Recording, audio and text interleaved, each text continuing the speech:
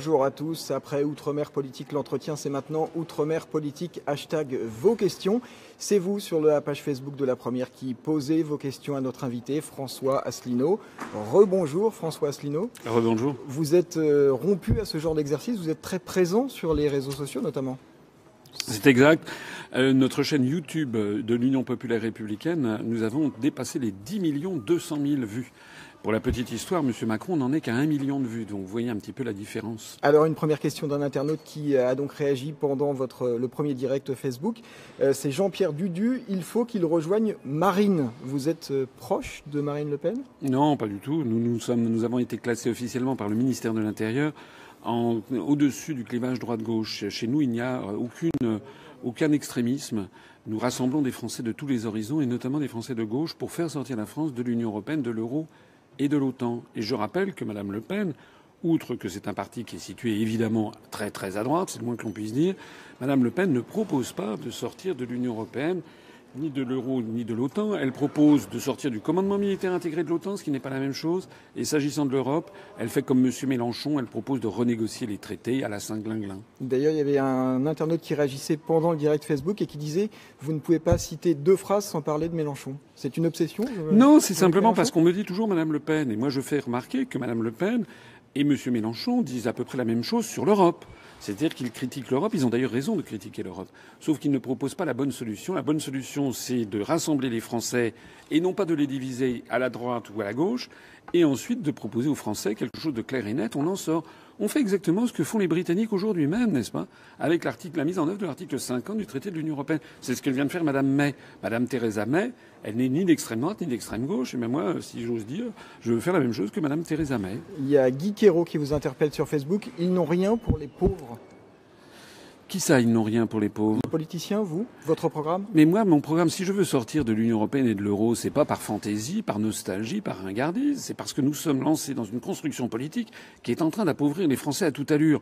Je vais prendre 2 exemples. L'euro est trop cher pour la compétitivité externe de l'économie française. Si on sort de l'euro, si on crée un nouveau franc, le nouveau franc, il perdra 10% de sa valeur. C'est vrai que ça rendra les importations plus chères, mais d'un seul coup, les exportations connaîtront un grand boom et on pourra exporter bien davantage et créer de l'emploi et favoriser les investissements étrangers en France. Deuxième exemple, si on sort de l'Union européenne, on supprimera l'article 63 du traité sur le fonctionnement de l'Union européenne qui organise la totale liberté de circulation des mouvements de capitaux, donc les délocalisations. À partir du moment où on rétablira le contrôle des mouvements de capitaux, comme c'était le cas avant 1992, on va mettre enfin un coup d'arrêt aux délocalisations industrielles. Ça, ces mesures-là vont être fondamentales pour faire baisser le chômage et redonner du niveau de vie aux Français. En ce moment, sur ce direct Facebook, Sacha vous dit « J'aime bien ce mec », c'est ce qu'il dit. Il me fait penser à Chirac et à la bonne époque, les années 95-2006. Vous avez une proximité avec le Chirac des Outre-mer, l'ami des Outre-mer? Ça, c'est vrai que j'ai accompagné Jacques Chirac quand j'étais dans le cabinet ministériel dans les années, quand j'étais auprès du ministre des Affaires étrangères. Je l'avais accompagné notamment au Japon. Vous savez qu'il était très japonisant, en Chine. Il aimait bien le Pacifique, il aimait bien voilà. C'est sans doute, oui, un point commun que j'ai avec le Jacques Chirac de cette période-là, sur l'Outre-mer. En fait, Chirac ou pas Chirac, d'ailleurs, j'aime bien l'Outre-mer français. Ça remonte à mon adolescence, quand j'avais un copain au lycée qui avait vécu à l'île de la Réunion. Et depuis cette époque-là, j'ai toujours rêvé d'aller partout en Outre-mer. Je l'ai presque fait. Il me manque plus que 2 endroits où je ne suis jamais allé. Lesquels? Saint-Pierre-et-Miquelon et Wallis et Futuna. Maïlé Tapatoa qui dit « Bonjour Monsieur Asselineau, pensez-vous qu'un jour la France ouvrira le dossier sur les essais nucléaires en Polynésie? Et que comptent faire également les politiciens pour les jeunes Français de Polynésie qui ne trouvent pas de boulot et qui s'engagent dans l'armée et viennent en métropole ?» Alors, beaucoup de choses à dire. D'abord, la Polynésie, c'est un pays où j'ai moi-même investi en Polynésie. Donc, je possède 2 appartements à Tahiti. Deuxièmement, c'est vraiment un pays qui m'attire beaucoup. Nous avons eu 2 maires qui m'ont parrainé, la maire de 2 atolls, de Nutku Tavake et de Paukarua. Vous avez une dizaine de parrainages sur l'outre-mer? Sur l'outre-mer, absolument. Troisièmement, nous, si on sort de l'Union européenne et de l'euro, je veux mettre une partie des fonds que nous laissons en pure perte à l'Union européenne. On donne chaque année 9 milliards d'euros de plus que ce que nous recevons. Une partie, pas tout, mais une partie, peut-être 500 millions d'euros à 1 milliard d'euros, on le mettra sur l'outre-mer français. Pour la Polynésie, on va mieux défendre la zone économique exclusive, ça veut dire renforcer la présence de l'armée française sur place. Deuxièmement, on va favoriser les systèmes d'Erasmus. C'est-à-dire, moi je voudrais que des enfants, des collégiens de métropole, par exemple aillent en Polynésie, pour des classes vertes de 2-3 mois, par exemple, je sais pas, à Bora Bora, ou aux Australes, ou au Gambier, n'importe où, et puis réciproquement, que des élèves je sais pas, de Rangiroa ou de Wainé puissent aller aller passer 2-3 mois à Brest ou à Carpentras. Ça permettrait de développer des emplois, c'était la question. Ça permettra déjà de mieux connaître, de développer la connaissance mutuelle. On pourra aussi, d'ailleurs, avoir une baisse du tarif des billets d'avion, en particulier pour le Pacifique Sud, avec la continuité territoriale, parce qu'actuellement les billets sont beaucoup trop chers. Enfin, créer des emplois parce qu'on va justement favoriser, avec les fonds qu'on mettra, par exemple l'hôtellerie locale, mais par exemple aussi des professions comme développer le secteur tertiaire ou le secteur quaternaire en matière d'Internet. Et puis, pourquoi pas, en effet, embaucher dans le cadre de la relance de la présence militaire française, par exemple pour défendre les zones économiques exclusives. La Nouvelle-Calédonie ou la Polynésie française, nous n'avons pas assez de moyens pour surveiller ces zones économiques exclusives qui, au XXIe siècle, sont un des grands trésors de la France. Il y a aussi toute une série de choses à développer, comme par exemple le tourisme rural, le tourisme écologique, la permaculture, l'agriculture familiale qui va parfaitement avec les petites économies d'outre-mer, protégées notamment parce qu'on les protégera par une espèce d'octroi de mer Vous savez que l'octroi de mer est remis en cause par l'Union européenne. Développer l'appellation d'origine protégée, la vanille de Tahiti, mais aussi la fleur de Tiare, par exemple, puisqu'on parle de Polynésie. On a ainsi tout un système, tout un dégradé que l'on peut développer. Ce sont quand même des territoires relativement peu peuplés, avec à peu près 250 000 habitants. Si la République française y met le paquet, on peut régler le problème du chômage assez facilement. Quel programme pour l'éducation, monsieur Asselineau, demande Djamila Meheni? L'éducation, c'est un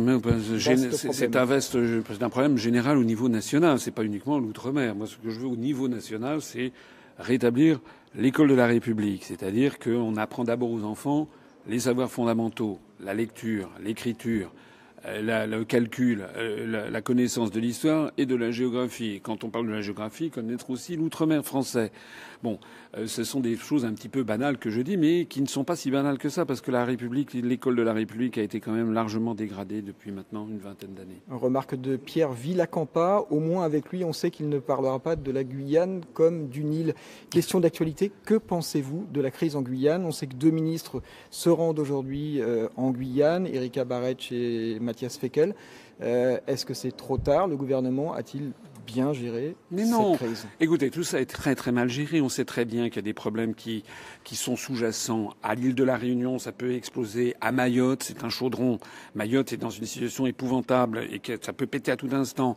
En Guadeloupe, c'est pas non plus formidable. Qu'est-ce que vous feriez, vous, pour la Eh Guyane? bien, déjà, la première chose, c'est que moi, je sais que la Guyane, c'est pas une île. Vous comprenez? Moi, quand j'étais allé à Mayotte, il y a maintenant 1 an et demi, les gens en riaient encore parce que Manuel Valls, Premier ministre, était passé auparavant, 3 jours avant, il avait dit qu'il était ravi d'être dans cette belle île du Pacifique.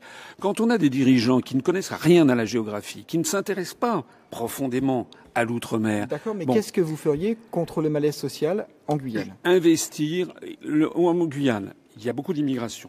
Ça veut dire que déjà les frontières ne sont pas suffisamment protégées. Deuxièmement, il y a une très forte demande en matière de collèges, puisqu'il manque des collèges. Il y a une population très jeune en très forte augmentation. Le gouvernement a promis un plan de 500 millions d'euros sur 10 ans. On n'a pas vu le début du moindre fifrelin arriver. Donc les gens sont furieux. Moi, si on sort de l'Union européenne, j'insiste, on récupère immédiatement 9 milliards d'euros cash. Au lieu de donner 200 à 300 millions d'euros à la Bulgarie, on va donner directement, par exemple, 100 millions ou 150 millions à la Guyane. Mais des fonds structurels européens. Mais non, les fonds structurels européens, c'est nous qui les payons. C'est-à-dire que les fonds structurels européens seront payés directement par la France. Mais on aura en plus 9 milliards d'euros, puisque les fonds structurels européens sont financés par les Français. On arrive à la fin de ce direct. Une dernière question d'Adrien Rollet, question un peu provocation. Que pensez-vous des Réunionnais qui s'acharnent à massacrer les requins par vengeance? Vous avez 20 secondes. Je pense que sur cette question, il faut quand même faire attention à ne pas tuer le tourisme à l'île de la Réunion. Moi, je ne comprends pas pourquoi. Mieux tuer les requins que le tourisme. Installer des grandes barrières métalliques, notamment du côté de Saint-Gilles, par exemple.